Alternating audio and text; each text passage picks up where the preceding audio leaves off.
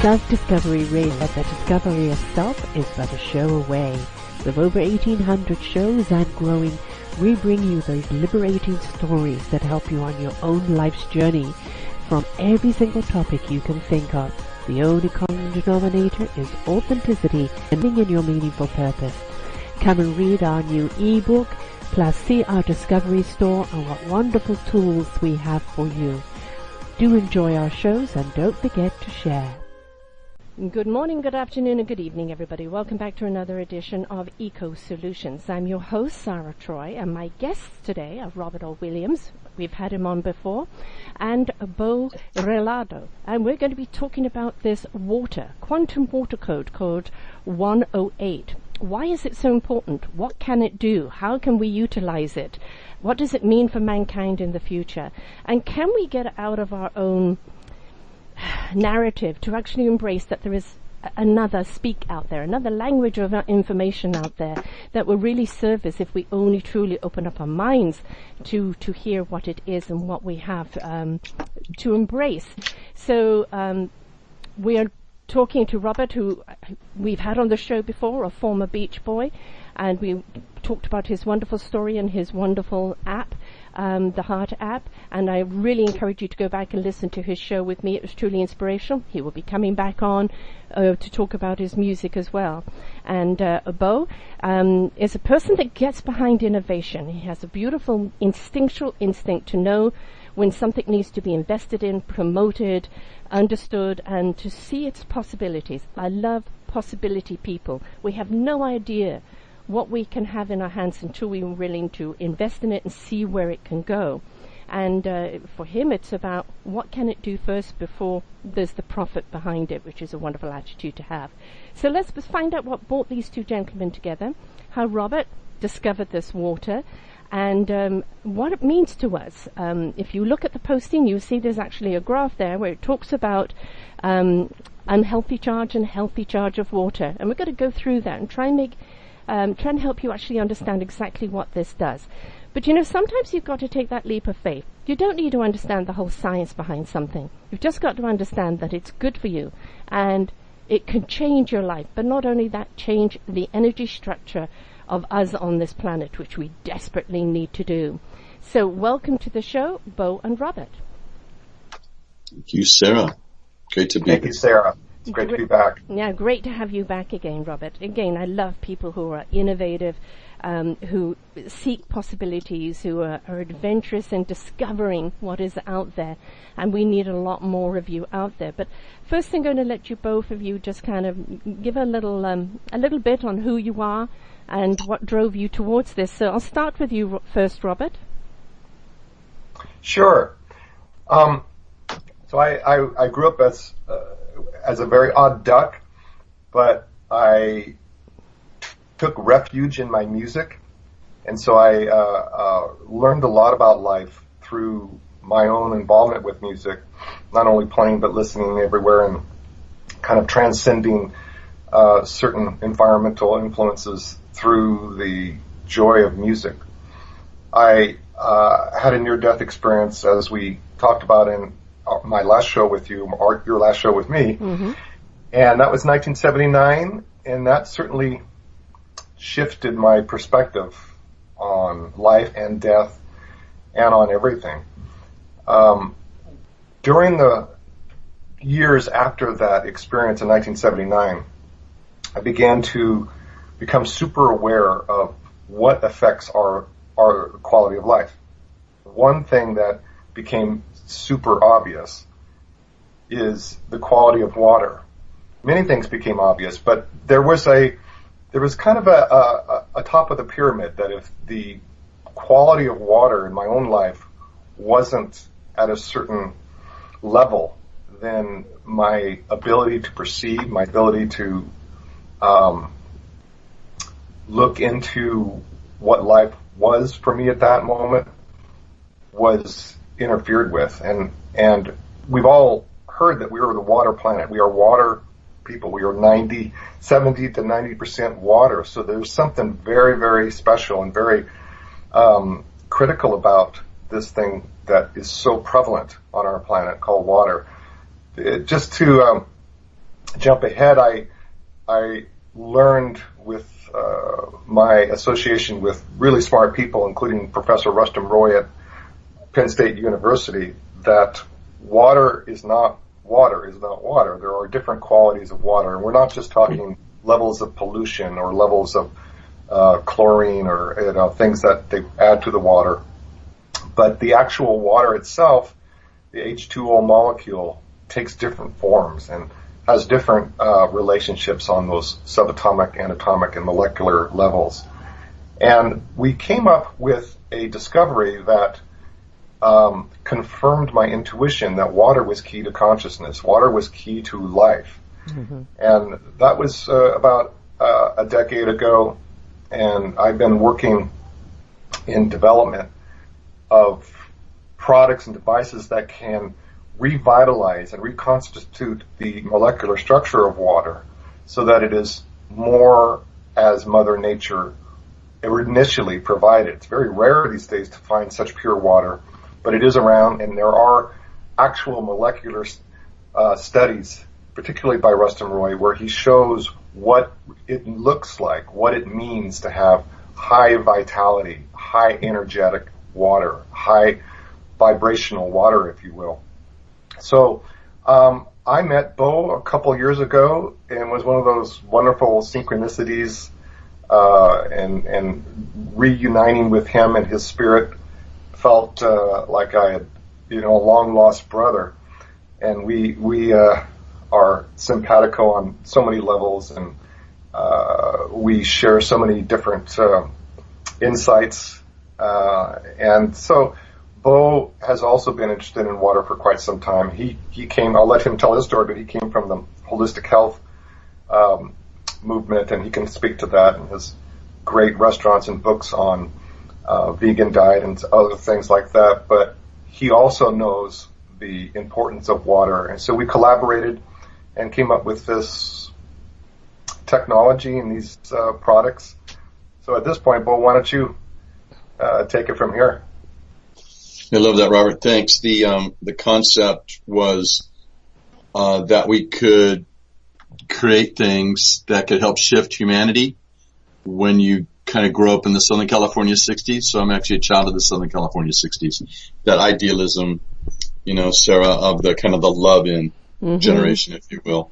And so we believed in free love, right? Free energy, free food, free music, and really, a free and understanding kind of society, and water and the land and the seed and the food all seem to be very integrated to kind of your health. So I learned very quickly, as goes the waterways of the world, so goes our humanity. Mm-hmm. I was praying really, really hard in December of 2015, like what was next for me to do in my life. And I've done a lot in my life. It came in very strongly that the next thing for me to do in my life is the quantum healing of humanity.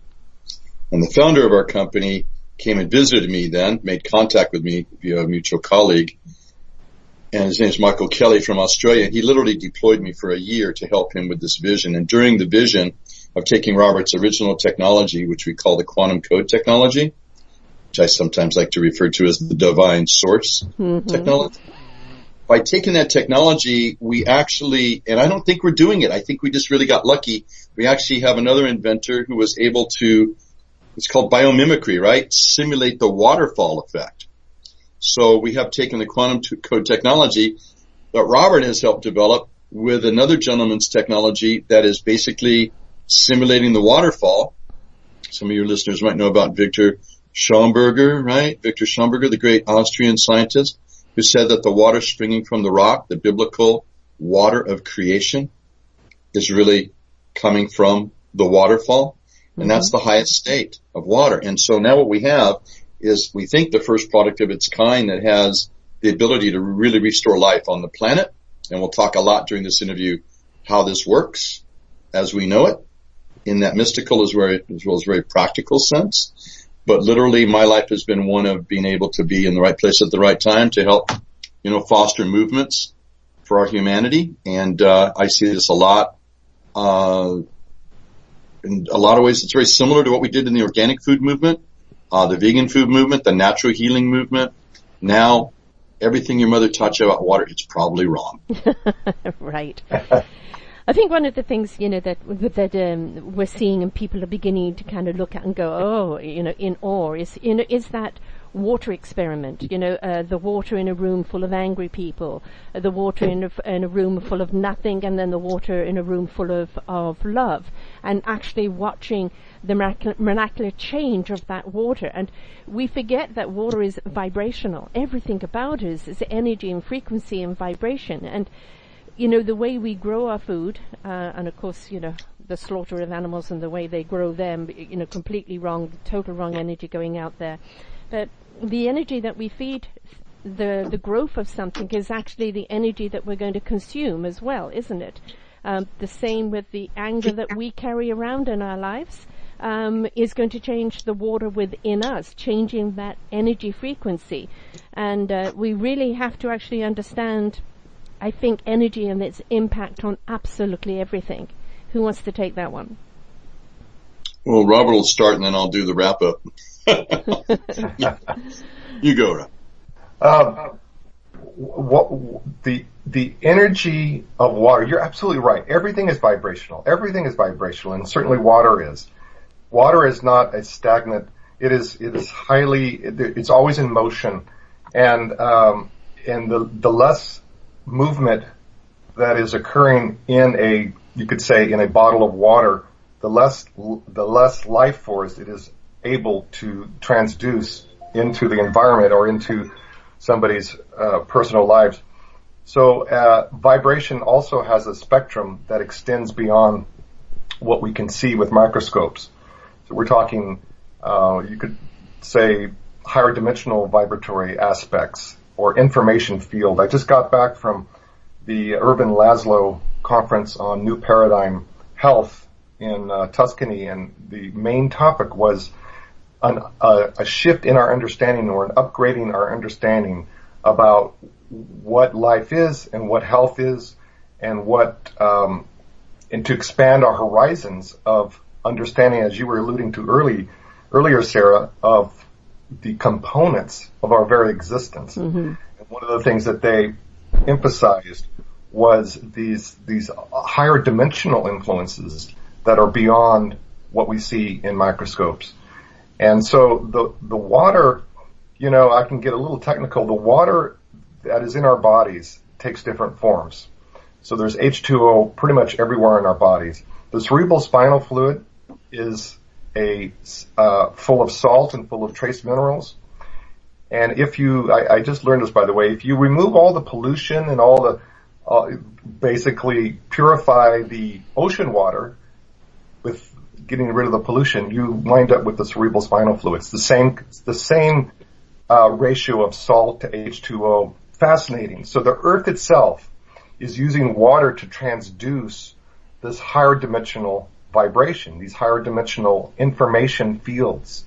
That's a wonderful, wonderful, you could even call it a hypothesis at this point. I certainly believe it's true. So as the Earth, as above, so below, we have our individual bodies full of cerebral spinal fluid, full of water, like the Earth, and we are transducing higher dimensional information fields via the water in our body. Our consciousness can receive and broadcast information more easily, more clearly, with a higher frequency if our water is at that vibrational level as well through resonance. So once we start to intuit more about the importance of water, we actually start to intuit more about who we are as individuals and the quality of our lives. Yeah, my dog's barking. Well, you can take it from... It just wants to be a part of the show. That's okay.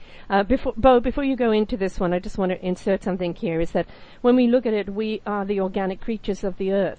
But what we are just purely, organic creatures unless we, download, our divine cosmic self. And that's what kind of gives us the consciousness in this organic body. But, we're made from the earth, so why shouldn't we have the same signatures as the earth? Bo, throwing it back to you. Right. Wow. So Yeah, so water, I like to think that as goes the waterways of the world, so goes the course of humanity. And really the water courses through our bodies. Yeah. The water courses through the fields and courses through the whole of the planet. And it's our intention is to vitalize the water of the planet with our H2 optimizer products.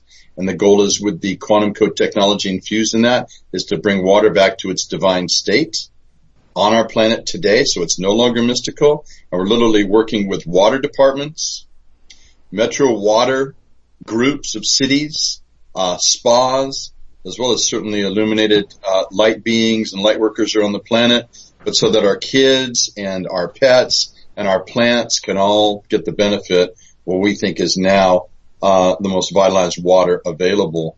And the way that we do it is a lot, I think, by kind of divine kind of right or something, in that this is kind of our gift. We get to do this on our whatever, our dharmic path in our lives, to share this with our humanity. And it is a process of discovery, like Robert was saying and you were saying, Sarah, and there's a great parable that I'm witnessing in real time right now.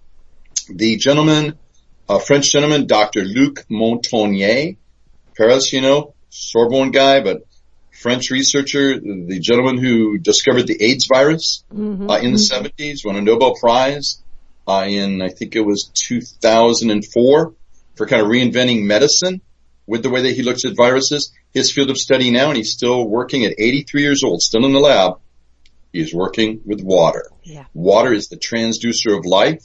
He finds that the tighter the structured molecule, the smaller the molecule of the water. You hear about structured water. We'll talk about that a little bit today. The tighter the molecule and the more kind of vitalized it is. If you put an element within that, in this case maybe an AIDS virus, as he keeps titrating it down, right, diluting it down, the lower you go.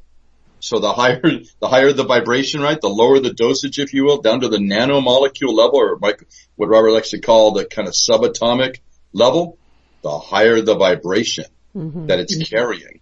So literally, we have a Nobel Prize winning scientist working with scientists around the world to try to decode this mystery called water that we take for granted. And his field of interest is our field of interest, and that water has memory. Water remembers its divine state, remembers what it's holding. It shares that energy with you. And that's why what we like to call our project, Bringing Water to Life, is an idea where our children, the animals and plants of the planet, can feel this kind of vital energy just by bathing in it, drinking it, eating food that's grown in it. So that's really our goal here, is to share this kind of sacred technology in a very real way to make it more like, modern technology. It's just something you turn on the radio, just like when you turn on your tap, you're going to have pure, divine, infused water. That's our goal.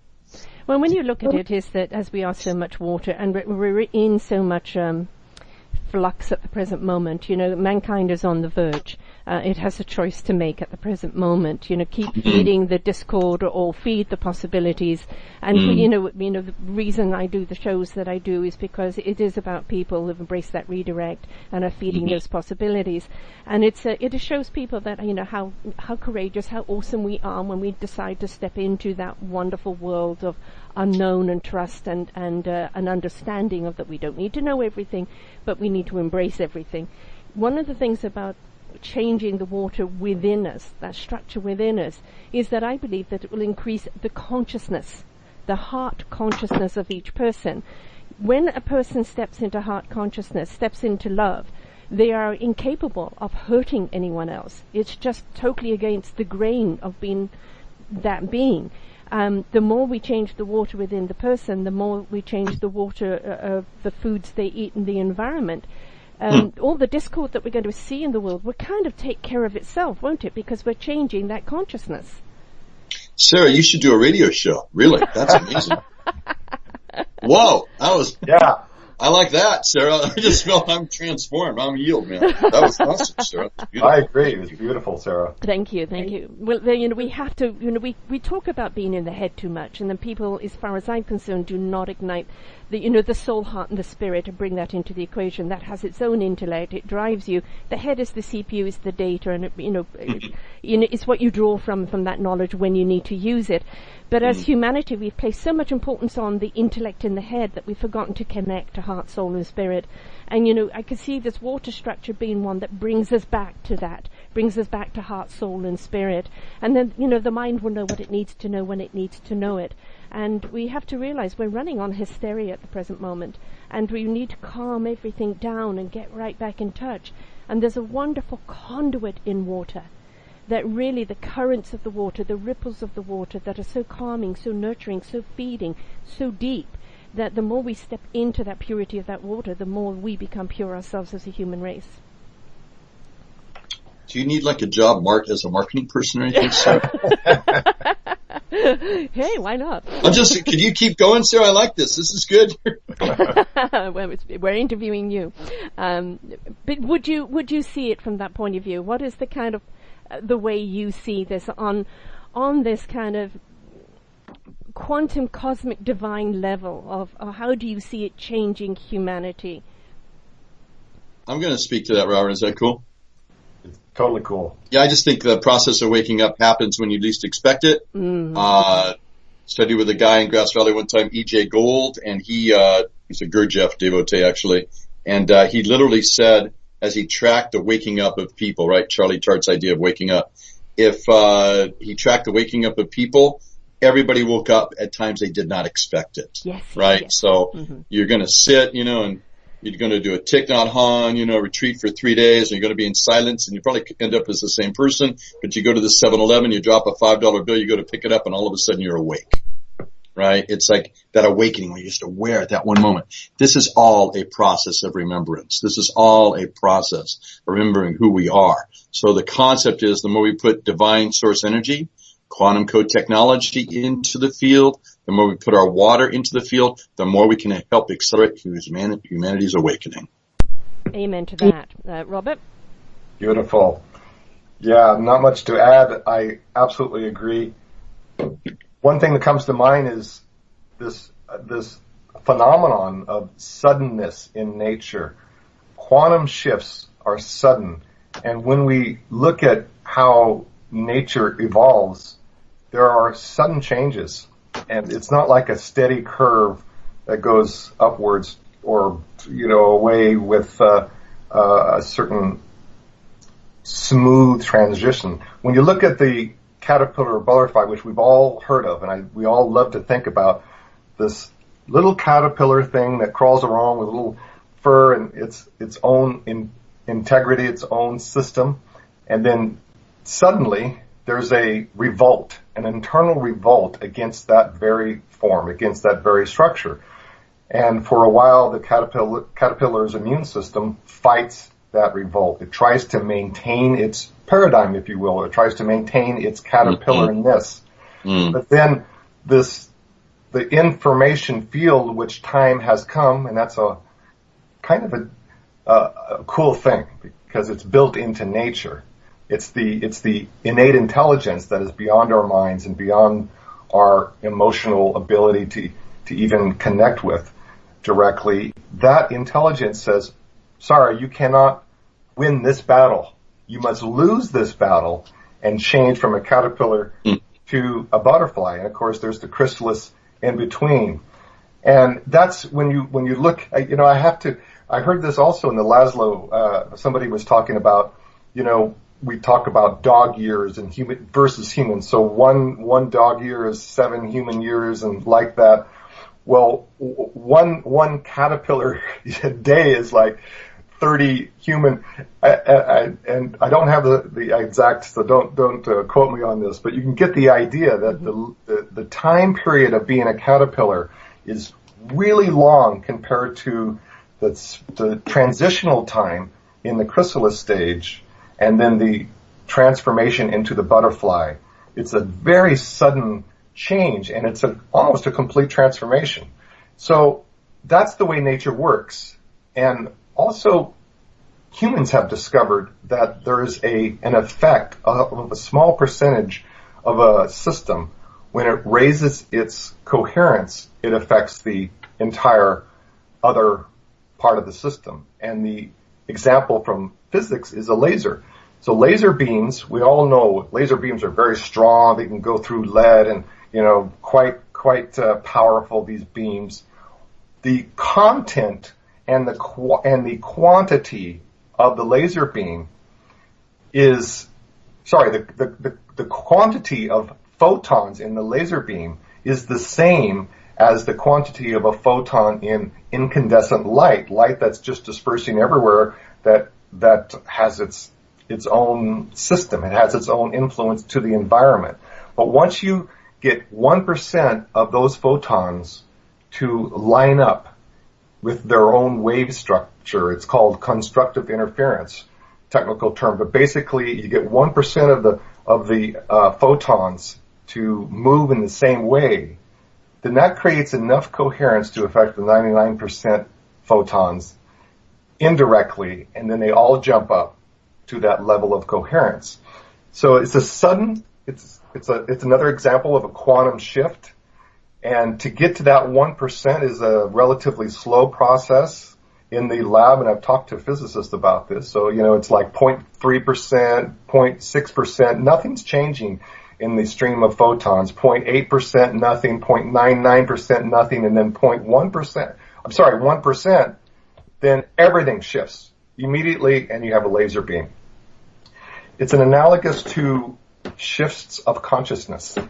So when Bo's example, this guy went to 7-Eleven, he had lived his whole life prior. He had lived, if we believe in past lives and so forth, there's all kinds of cycles that he or she had previously lived, and then suddenly there's a very fast cycle, a very fast upgrade, and a very fast increase of vibratory reality and an upgrade of consciousness, and it's relatively quick.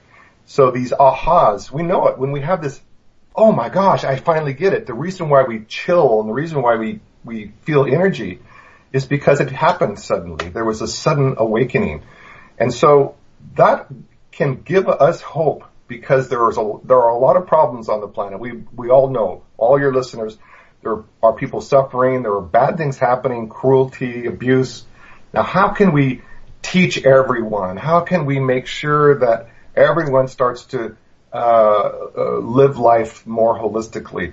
Well, it would be a very slow and arduous process to try to do that in a direct, I'm going to go somewhere and teach and maybe give an example. People are already doing that, and they're great, wonderful, courageous people. We need that as well.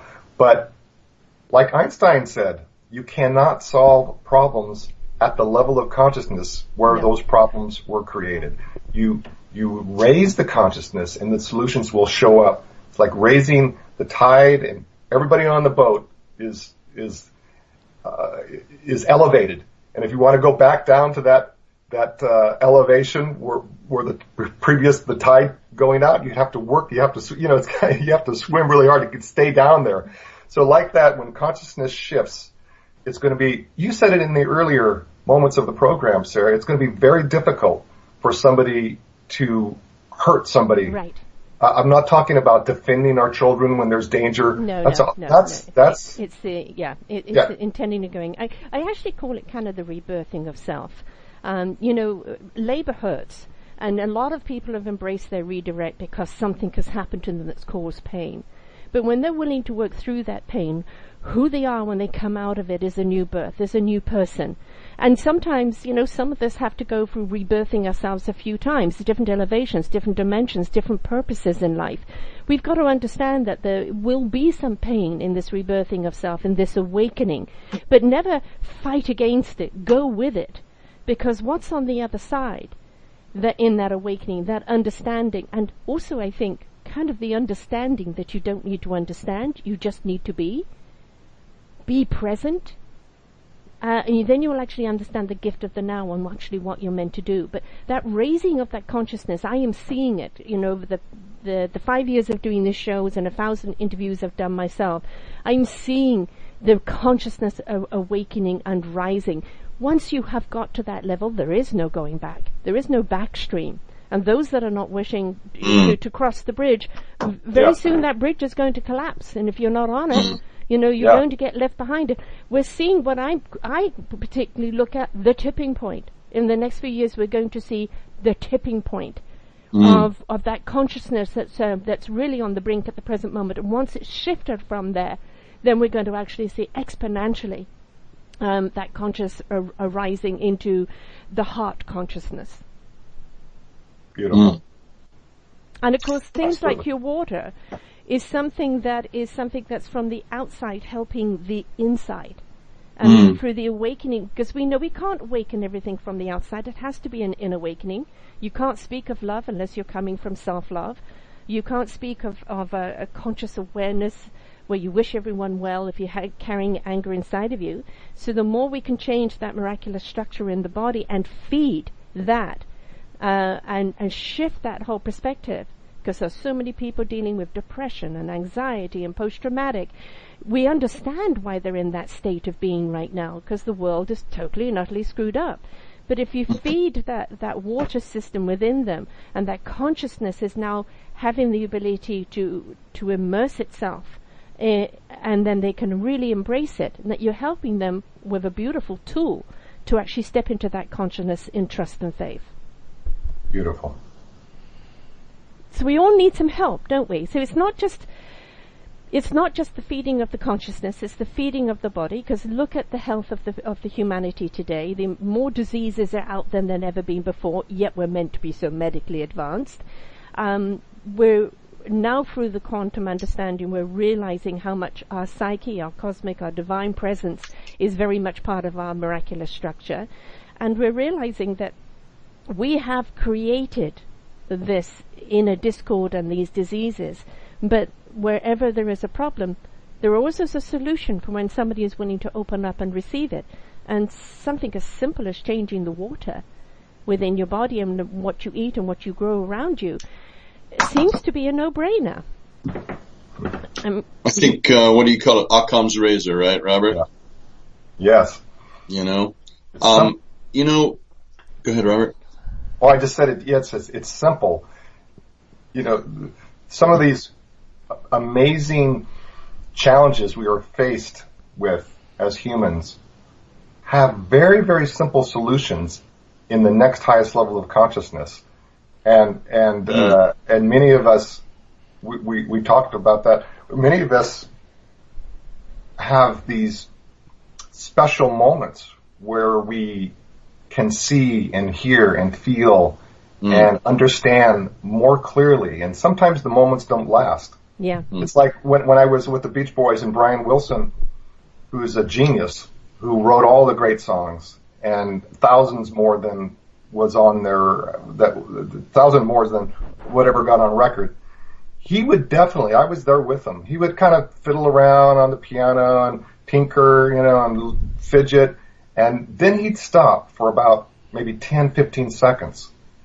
And we'd all know in the studio, don't make a sound right now. And then Brian would start to say, okay, here's the song. And he knew it from beginning to end. He knew every single part, all 5-part voice harmonies, the drum line, the bass line, the guitar line, what I was going to play on my sax, what about the trumpet player, the harmony. It was unbelievable to see this.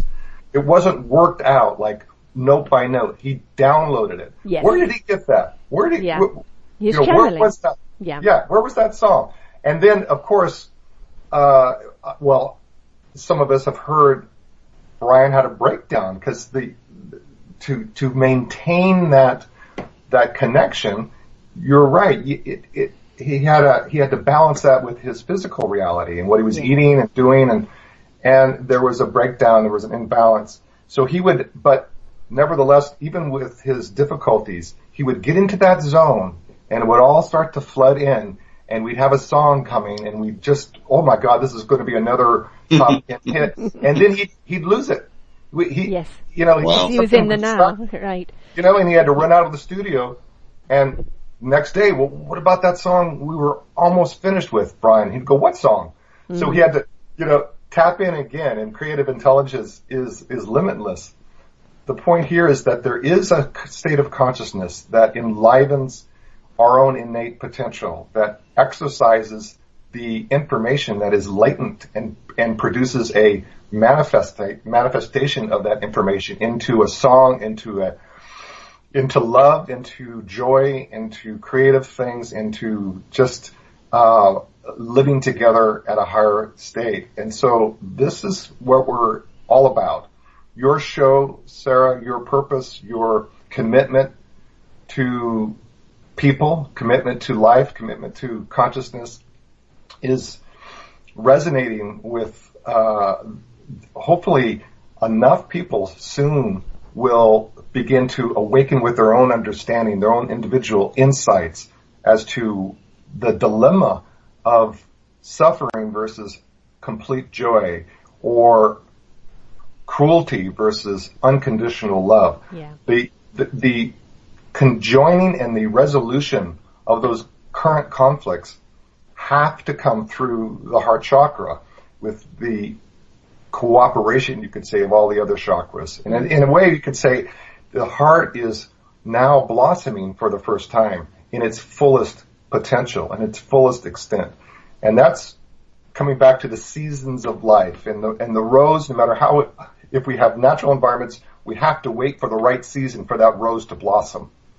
And that season of blossoming of human consciousness is happening right now. And we can all either see it directly, we see it in children's laughter, in people helping each other without expectation, all over the world. There's enough there. And then we also feel it intuitively that our dreams and prayers and hopes for a better quality of life aren't going to be in vain. That there is a lifting of support for that dynamic and for that interaction with people that are awakening all over the world. And that's one of our purposes with the app, and we talked about that in the last show, and certainly our purpose with getting high vibrational, pure, high quality water so that we can be more who we are meant to be, more who we have inside of us that wants to blossom out. Well, I want to ask Bo a question in a moment, but I'll make an observation first, is that I do believe that anybody who listens to these shows gets enlightened. I always say it's inspiration for invitation. But I also believe that this conversation is already out there in the universe. It's already out there on the energy, and it's kind of being picked up elsewhere as well as we do it. So, Bo, you're a businessman. You're a person who is a seer. You see the possibilities and you go after it. You have to have your consciousness at resonance at a particular level, not only to see the possibilities, but to see it as a conscious business that not only obviously that's going to make money because we're in the human realm and we need to do that, but also in the way that it serves humanity. How is it a download for you? Is it a tingly feeling? Is it a knowledge that comes to you? How do you receive that knowingness that helps you make that decision? Yeah, this is a great question. Thank you. I'm always tingling. The more I tingle, the more I know it's real. I use three precepts. I learned it as a young man. I became a vegan when I was 12, and I was inspired by Pythagoras when I was 12, and I became a Pythagorean, and then kind of worked on to be able to study with the great mystics of the world, really, many of them. And I learned that you must be in a complete state of surrender, emptiness. So I'm always just empty. I mean, during this interview, I'm just emptying continuously, just that state of the, nature abhors a vacuum, right? The more you empty, the more comes in, and that is divine energy, subtle life force energy. Be in a total state of awe at all times. If you're not in a state of wonder about how all this is coming down, you're just not able to really surrender completely, because it is coming down in 11-part harmony, according to quantum physicists right now, and we're maybe getting 3 or 4 of those, parts to that harmony. So just be in that state of awe, that state of wonder, and of course to serve with love. The heart is really the mind. The mind is really where the duality happens. The heart is really where the knowing is. So it's that higher heart resonance, the state of awe, serving with love, the state of awe, and of course just surrender to the universe. The more I surrender, the more I develop empathy. The more empathy I have, the more I'm able to feel love, see that subtle beauty in everything, and really be able to manifest, I think, what might help shift our humanity to just a little bit higher level of beingness. We're all given a gift, and each one of our gifts is, again, may take on different forms through our lives. But, I think what it is this whole thing that you've got to be everything to everybody.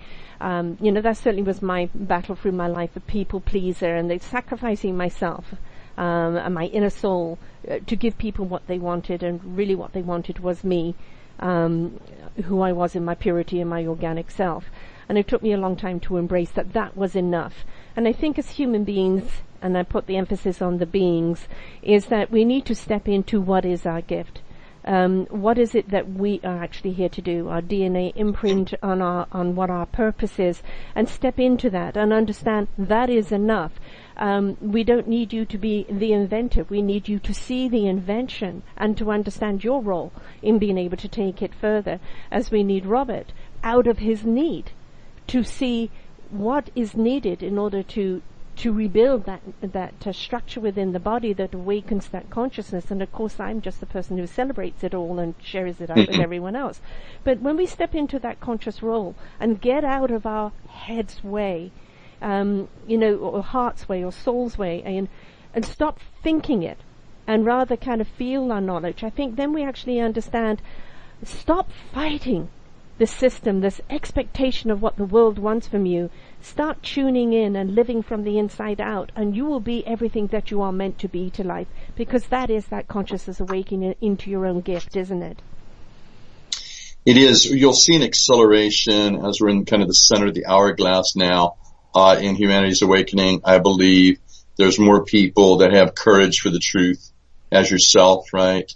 There's more people that have the knowledge of kind of the what the mystics and the sages and the ones before us have had, and maybe we even deal with the higher levels of beings, about the truth of what's really going down. It's happening on a subtle level, not a gross level. Yeah. So love is subtle. That's where we come from. Our company 108 that celebrates Robert's technology, and anyone really does anything to help us benefit humanity with, it's really happening at that water, land, seed, food, nourishment level. Yeah. Without that, you do have a silent spring. We don't want that silent spring. So I was watching some quantum magicians the other day, some kids, and they actually have kids that can actually manifest things out of thin air, for goodness sakes, right? So I think in the kind of essence of some of the great scientists that have come before us, all of humanity's possibilities are right before us, and you'll see an acceleration of technology for the betterment of humanity. It's kind of the goal of 108, our company 108, literally is to take the best of what we find coming from the labs of quantum researchers and applying that to products for the benefit of the global village, or humanity. I was talking to a quantum scientist, and we were talking about the understanding of quantumness today, and what came across is that the quantum scientists are beginning to understand that those that live in spirit, the spiritualists, the people that live in that consciousness, are living in the quantum energy already. And I think that is what's been more and more awakened. We are seeing the word quantum out there a great deal, and for a lot of people it's just like, oh, it's just another fad world. And no, actually what it is actually an understanding of what that energy is. And, of course, as human beings we want to measure, categorize, box, file. And one of the things that quantum energy teaches us is that we can understand what a particular energy does, but there is no boxing, filing, or dictating. Is that energy itself is a constant flow, and we need to follow, don't we? Yeah, we do. And I think something that Robert's shown me is, because Robert's really always at peace, I think, in a certain way in the physical world, is that flow. Even though we might say it's effortless, it is completely at what Robert likes to call the higher realms, it's full flow. So I don't think we know enough about quantum science to, as researchers and applying it to really have a language for it. But I'm going to try real quickly, okay? Because I think there's also politics amongst quantum researchers. Oh, yeah. I think there's also politics amongst products that use quantum energy. And I think it's incumbent upon the wise ones of our humanity to help develop maybe a better languaging so we have a better understanding. We're all coming from the quanta. Our thoughts are in the quanta. These airwaves, really, not so measurable, are actually from the quanta. So from the unseen to the seen, from the unreal to the real, that's the transition we're looking at. How do photons really become possible? Robert's talking about photons, right? Our products, Robert's technology and our patented water devices, we put more light, more photons into the water. Okay? How is that possible? Yeah. I'm not sure we really know. People ask us, well, what's the wave theory behind what you're doing, right? I don't think we have a lot of languaging for that, but even to start talking about it in terms of waves is very interesting. So I think you're going to hear more conversation about this as it becomes more demystified. I think we've gone through a few generations of quantum discussions, and I think it's going to become a bigger conversation in the public square, because I think the idea of taking quantum physics and applying it to today's issues, such as we've been able to do with our technology, is really one of the key ways to help save our humanity from extinction. That would be in the words of Bruce Lipton, who, by the way, taught me something. Maybe you guys know this. I didn't really know. I was talking to Bruce the other day online. He said, did you know that you're familiar with the ATP cycle and the miracle molecule and nitric oxide, right? On nitric oxide, which is the energy, NO2, right, that kind of fuels the heart and creates cellular regeneration and mitochondrial replication. This miracle molecule, I think somebody got a Nobel Prize for this actually in 1992. The miracle molecule is mainly stimulated by more light, and certainly that's where you see solar cultures coming from. Also brought about by, healthier living, obviously where there's less free radicals, that type of thing. Water, quantum energy stimulates the ATP cycle or the production of this nitric oxide. Also, you'll see it in a lot of sound therapy research activity. When that nitric oxide molecule hits the mitochondria and the mitochondria starts to get that electrical impulse, a small little water molecule is created. That water molecule then starts the ATP cycle. He says that is the Faraday cage of your body. That's protecting your body in that subtle field, which he now calls a plasma effect around us, or what we like to call the biofield. And that's the conversation you're going to be hearing a lot about in the future. As you said, it's a totally different language the way we're speaking to now, and it's is that we're having to discover what this language is, because we can't base it on anything that has been. It's a totally different channel, a different volume, running on a different frequency, and so we have to get out of what we have known, and as you said, step into the wonderment. And sometimes create new words, create new language, create new understanding. But to understand, the more that you understand is to understand the less you understand, right? Well, words are symbols, right? And as words are symbols, to make a symbol in the unseen is actually non-trivial. That's pretty insane, right? So I could say love, and just like when we talk about sleep, you're going to get 100 different versions of love from 100 different people, and everyone will have their point of view, right? But you might know, if you're a mystic, that love is what holds us all together. Yes. And that is kind of the universal kind of solvent for all things. And what we know as love is beyond even agape, right? And the old easy thing, love will make the world go round, right? Yeah, and I think it's interesting to note that and I'm glad you picked up on this, the languaging is, remember the psychedelic era, Timothy Leary and a lot of us around, we invented words, we invented ideas, and he would speak and we would just lay on that and go, wow, what did he say? And it would trigger your mind. You have that psychedelic. Now, if you listen to a Terence McKenna, of course, in the 70s and 80s, now Jason Silva, and Garrett Laporte, the Wayseer guy, they are using language that will trigger your mind into that quantum state. That quantum state really is love. Yes.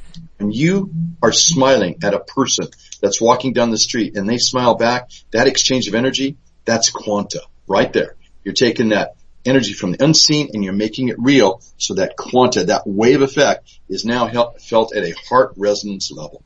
The magic of love, right? Yeah, and it's the energy of a mother and their child, and it's really the energy we're finding of water and seed. And I just want to let you know a little bit, if it's all right, Robert and Sarah, to talk about what the water does with seeds. Mm-hmm. Sure. Yeah, so we have, let me just do kind of a paid political announcement. We have a Facebook page. It's at 108, okay? So we are ONE08.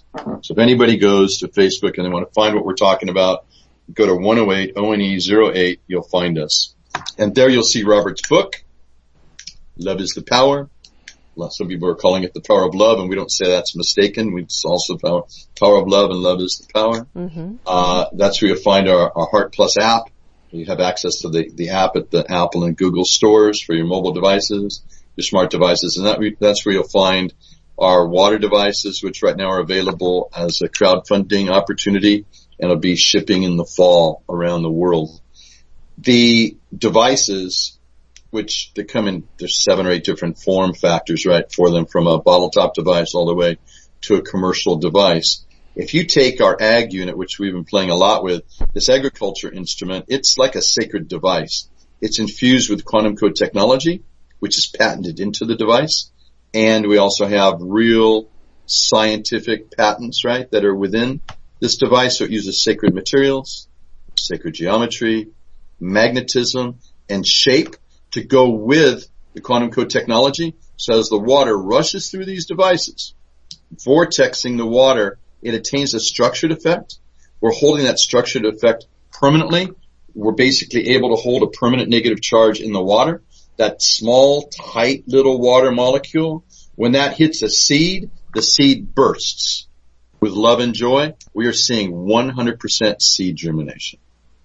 So with an organic farmer that we have in trials here up in Oregon, he's a very low-key kind of farmer. He calls me and goes, "Dude, where'd you get this device?" We had him install it, right, to do some testing. I go, "What do you mean?" He goes, 100% seed germination as opposed to 65% seed germination. Okay? So I said, "Call me after you go through the sprout cycle." A week later he calls me, "Dude, all my sprouts are 2 to 5 times bigger than my other sprouts, and there's twice as many of them now." We started with 16 seeds using normal water, this well water, and 16 seeds using our H2 optimized water. So now we've gone through the seed cycle germination, the sprout cycle, with the little baby sprouts. We went on into the babies, to the teenagers, to the adolescents. We now have adult plants. Very excited to report in that we have 3 times the amount of plants, because 5 made it of the original 16 and 15 made it of the original 16. They're more verdant. They're standing more tall. Their root structure, their branches, their flowers, their buds, and everything are much, much stronger. And when I talk to our inventors about this, they say it's very simple. We're taking this divine nature of water, we're amplifying it into the life force of the seed and now the plant and then to the fruit and the flower. And all that we're doing is we're taking all the inherent minerals that we're depleted of right now, in this case silica, and we're pumping that into the system as well. So we really believe that we're going to have 3 times the food harvest from this particular test, just natively, which one of our patents actually, or third patent actually that we have, basically says that we improve the capacity of food production and food integrity. So really with, I think the grace of the gods and goddesses and the hierarchy and all those that are with us, all the higher forces really, we might actually be able to produce the same amount of food on our planet with half the amount of water. Right. Believe me, you have reached peak water on this planet. Yes, most certainly. And of course, when you look at just the simple by thing of how much water it takes to manufacture your beef, we really need to be looking at our water. I'm just looking at something else here, though. Just as feeding us, whether it's just from eating the foods or whether from actually using this device and drinking the water and changing the molecular structure within our bodies.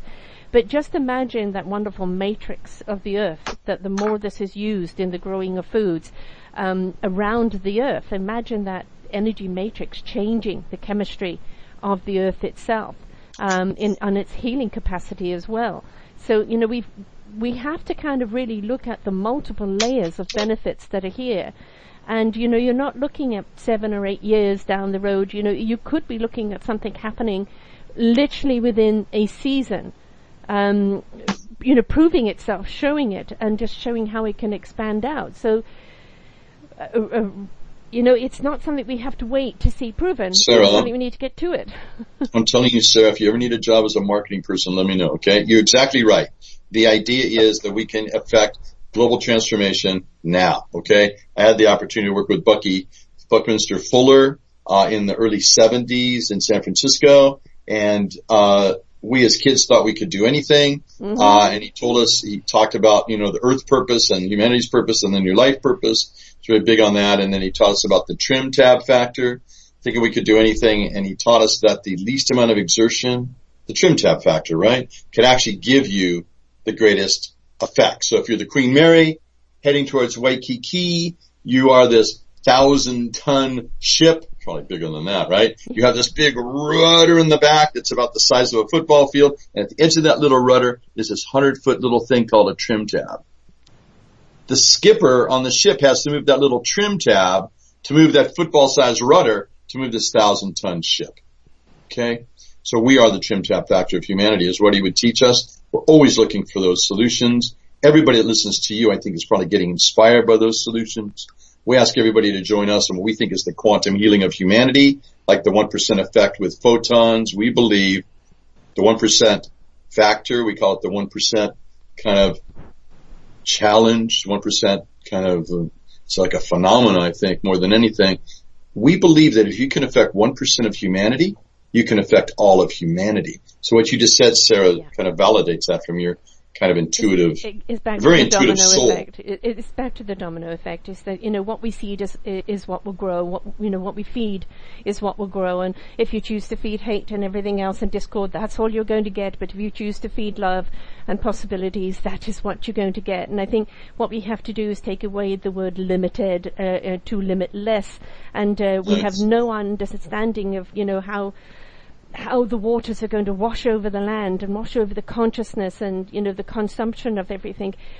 I understand from my own divine channeling is that everything we need at the present moment to change the tide on this planet, to actually be the human beings we were always designed to be, to embrace the gift of this planet, to be a beacon, for other planetary in the universe. We have to step into that consciousness right now, and I think the whole reason why they opened up our channeling so that we could download all this knowledge exponentially right now is the fact that there is a time limit on humanity because of the destruction that we're doing, and the only way we're going to change that is through something as simple as this, or complex simple, all right, it's complex the way you put it together, but simple in its application of how that each drop of that water is not only seeding the change within us, but seeding the change within the planet, and exponentially going to be able to shift us over to that consciousness far faster. People want another 50 years. No, we don't have 50 years if we're going on the same cycle. We've got 5 or 10 years to completely and utterly change that cycle, but we have tools like this to do so. All we have to do is get out of our own ignorance, arrogance, and humanity, and step forth and trust. And just do it. Now, when did you exactly get switched on, Sara? I was born this way. I've had a hell of a problem living as a human being. I really have. It was a huge thing because I've always been a seer. But I would say where I got re-switched on was when I started doing these radio shows and listening to people like yourselves. I call ordinary people doing extraordinary things. And, the thing is when we realize that there's extraordinary within us, we've just got to tap into it and allow it to be. Get out of the ego, get out of the insecurity, get out of the past, and understand the gift of the now in our beautiful presence of knowingness and what we're here to do, and get on with that. How do you envision the conversation going with kind of your guests and you and your fans, your listeners, and kind of propagating, and then us working together so that we can unite the light workers around the planet to help bring what is essentially a dualistic situation that we're facing to some of the darkness, and kind of illuminate that with more and more light workers? What's your vision on that? My vision on that is, do not try and change somebody that's in anger and hate, but spread the love to those that are willing and able and desiring to embrace it. And the more love that we create, I look upon it as an orchestra. Everybody is an instrument in that orchestra, and we want to create a symphony of resonating music that transcends everybody's spirit and soul and invites everybody to be a part of this music.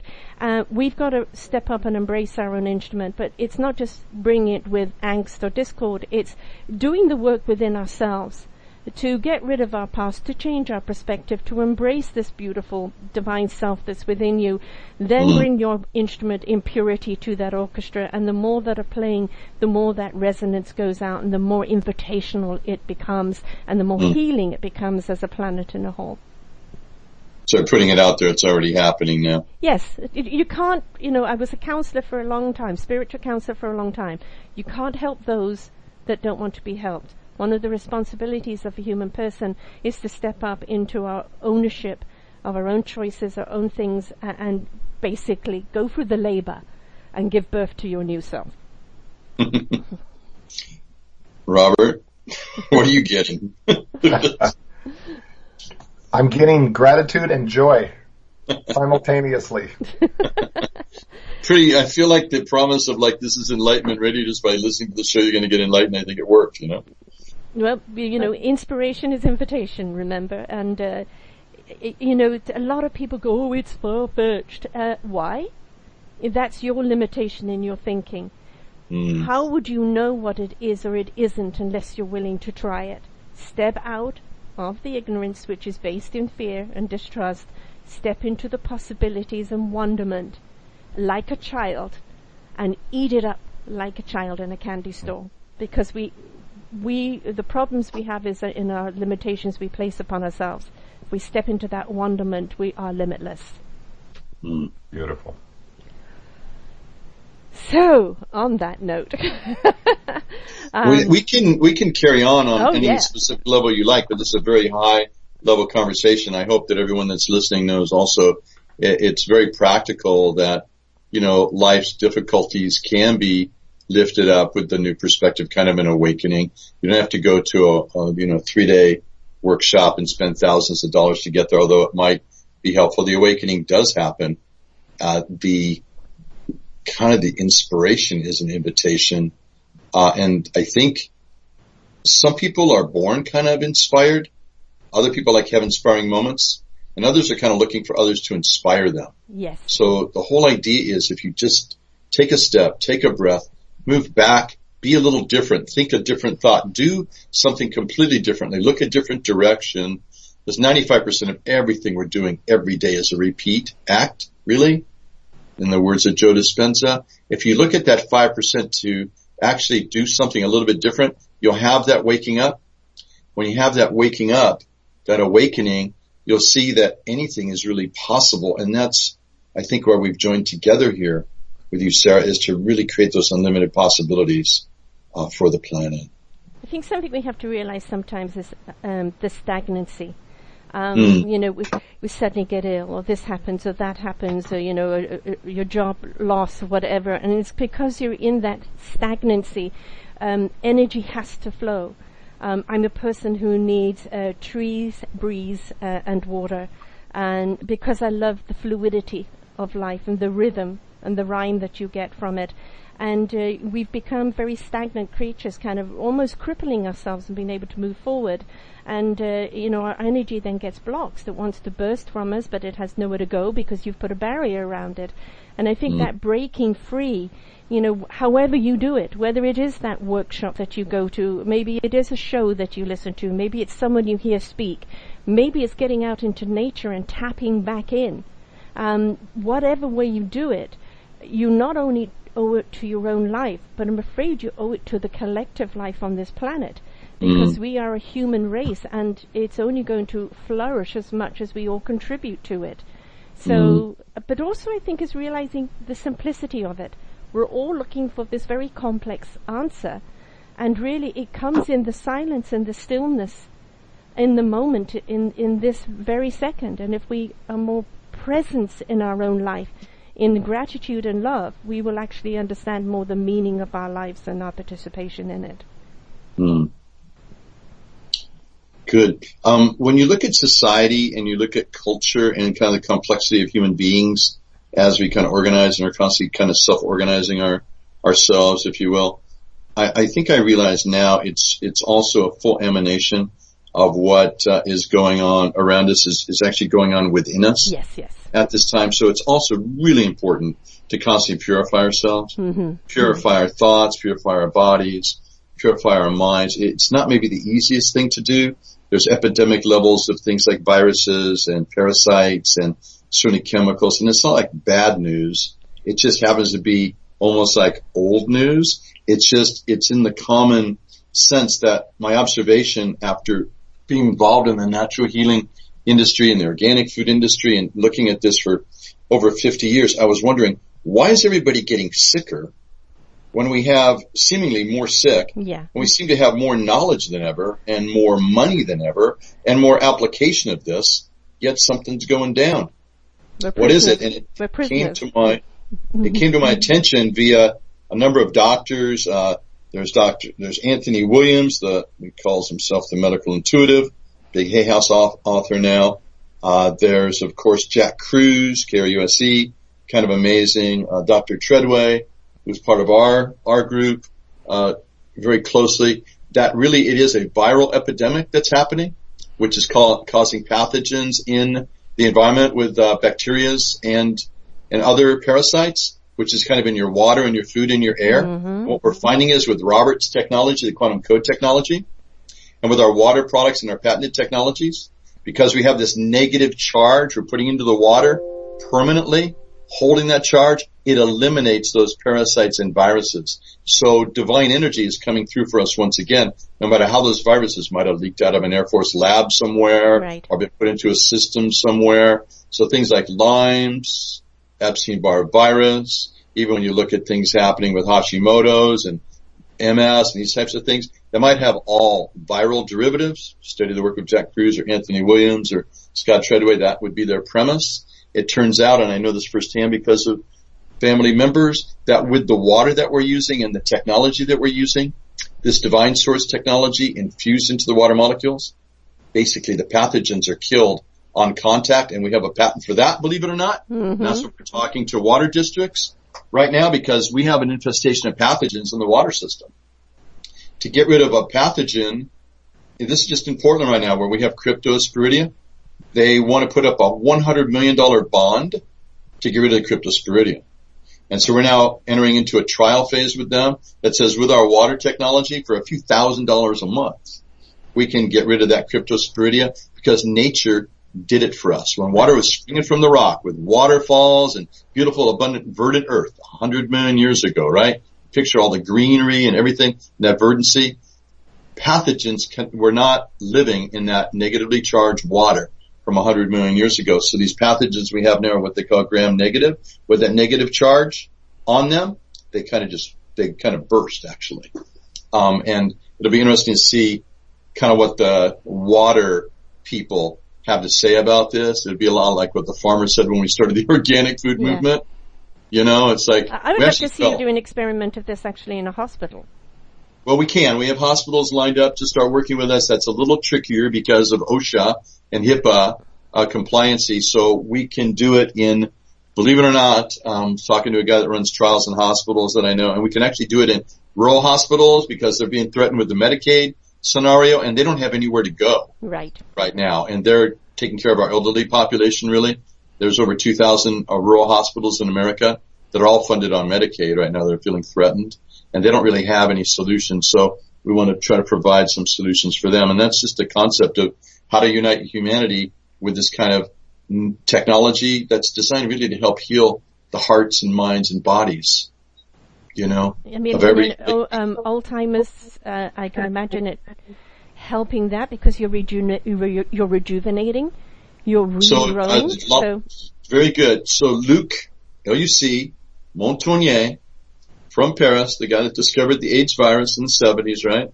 He believes with structured water, negatively charged, you will eradicate Alzheimer's. Right.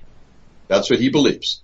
He believes that it's basically, essentially bad electronics in the body. Now, yes. I'm simplifying this greatly, but he believes that this kind of cellular reaction that occurs where the mind and the neurology, which stems from the nervous system and really the heart, which is the essence here, that has lost its ability to filter what would be essentially neuronic pathways.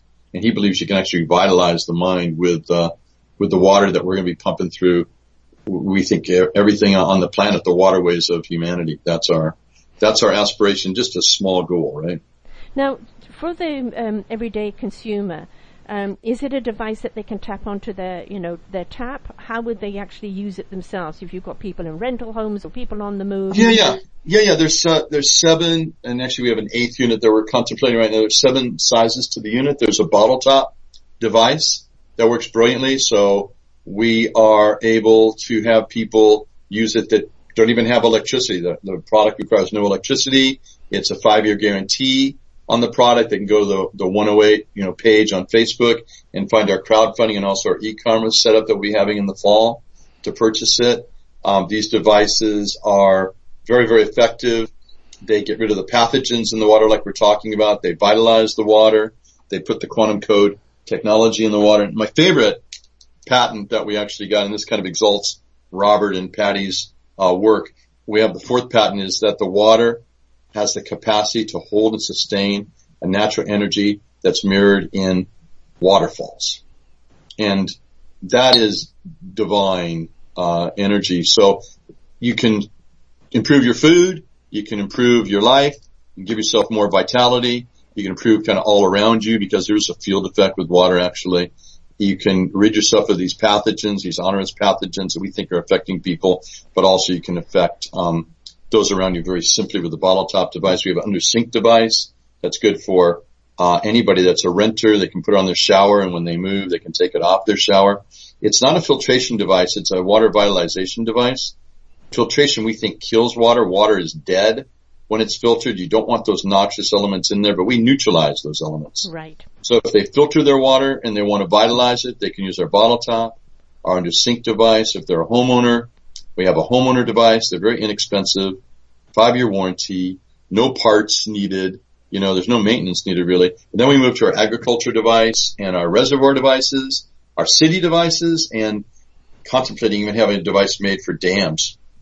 Actually, talking to somebody that wants to put it into a dam situation, an investor that we're working with right now. And so I think it's a question of new science meeting current day needs and where it's now become proven. And it's going to be something where, listen, most places that start, like you cited Nikola Tesla, which was called pseudoscience. And then, of course, the government co-opted it and Edison did his magic with it, right?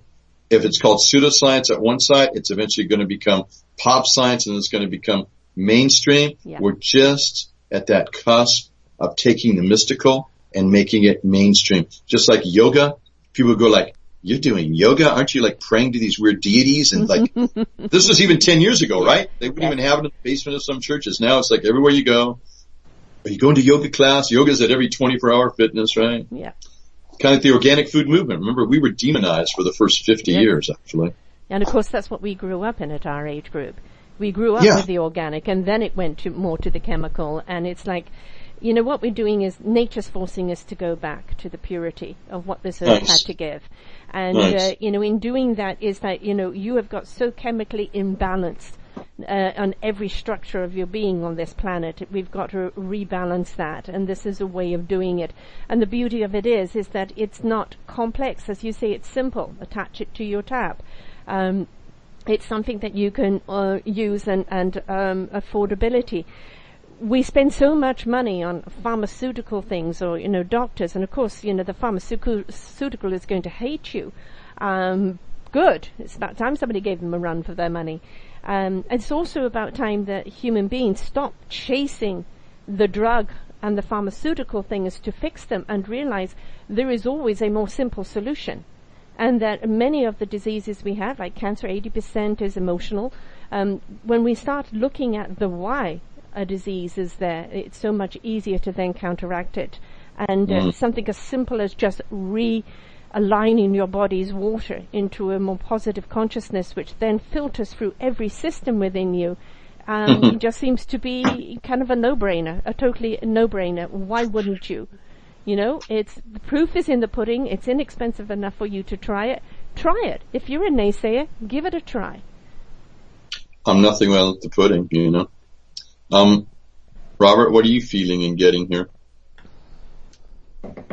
It's been a beautiful conversation. It's been very inspiring, and I commend you both. I love you both. I love what is happening on the planet, and in a microcosmic sense, you both are exhibiting higher consciousness through your hearts, and that is the key for the change that we feel is so important and so possible right now.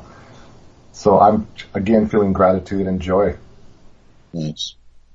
And a throwback to 60s and I'm a 70s chick, and it's I was such a free spirit at that time and so utterly in tuned and constantly downloading into that knowingness all the time.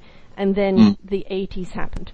And, kind of seemed to shift everything. And we went more and more to what would make our lives easier and more disconnected from our lives. And we kind of became a slave to instruments rather than, kind of that organic living. And the 70s was a way of waking us up to what else was there. But it didn't have the momentum at that time to carry us through. Yet, look at us from the 60s and 70s, from that movement of what we're doing now. We didn't have the ability to really do it in the 80s and the 90s. The 90s was another awakening, mid-90s. And now what we're doing is coming from the roots of that awakening, and into where we're now, through the professionalism and the knowledge and the experience of being able to exponentially expand it out. So, and we also had to wait for that shift to happen, for that whole conscious vibration to shift in order to kind of waken up more people. So these are beautiful times.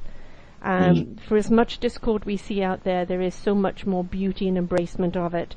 And the more that we choose to embrace that and feed that, the more we're going to find those solutions that we need. Beautifully stated, Sarah. Thank you for having us on your show and having this sacred conversation that's also very grounded and extremely real and very pertinent, I think, and relevant. I do hope your listeners, which I'm sure range from all ages, take advantage of what we're trying to do by reading Robert's book, Love is the Power, joining us on Facebook, at the 108, 2008. Take a look at the Heart Plus app at the Google and Apple stores for their mobile smart devices to kind of create that, like you talked about in a previous interview, the balance in the field, balance in the biofield, and helping lower stress, and really joining us on a campaign that is beyond description and helping improve the water, the seeds, the land, and the plants for our planet. And they will see right before their eyes, I think, a flourishing that I was really starting to picture and listening to you and us in this interview, Sarah. Well, the thing is what you've done is taken something that was the divine's creation and put it into something that's so very easily applied. So we really do not have an excuse saying, oh no, I can't do that, it's too big, it's too complex, it's too expensive. You've simplified it, you've made it affordable, you've made it usable. And so that's what makes it a no-brainer.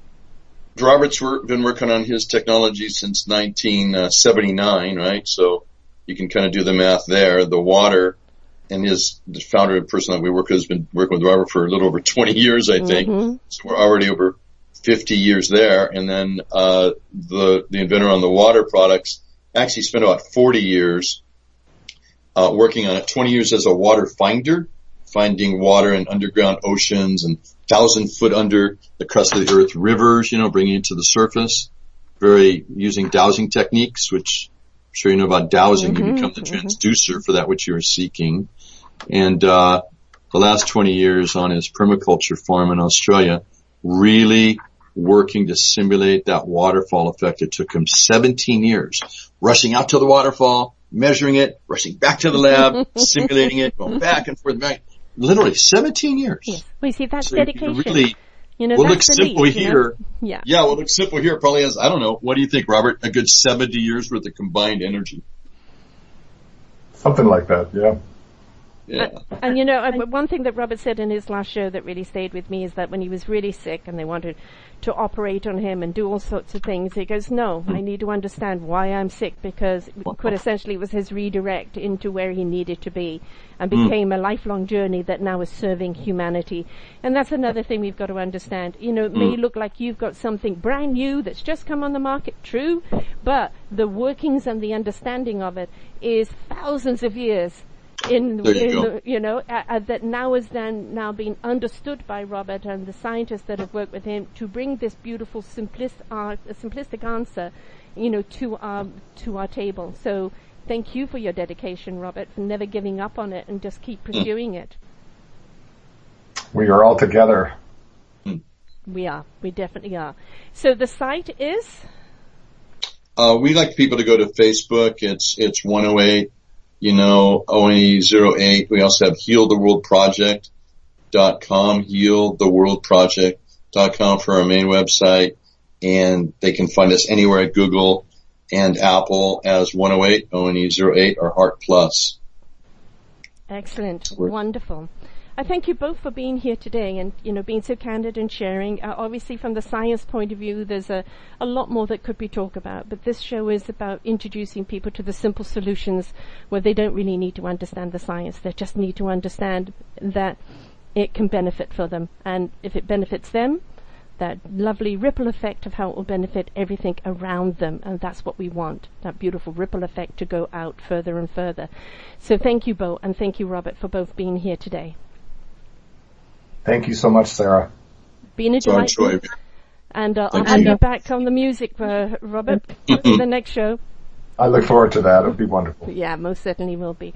Thank you so much, guys. And to everyone, remember the answers are there. I mean, this is just so simple. You don't need to understand the science behind it and understand it's divine science. It's using what the earth has already got there for us. It's just understanding its magnitude of what it can do. So step out and support them and understand what it's going to mean to you as a human being, your family, and this planet, because we all need to step up and be accounted for in order to change this shift, because we're all in this together. So until next time, folks, bye for now. For more wonderful shows like this, please go to selfdiscoveryradio.com, podcasts, and see our lineup. And if you wish to support us, we have a funded button. Please stay tuned for our next show.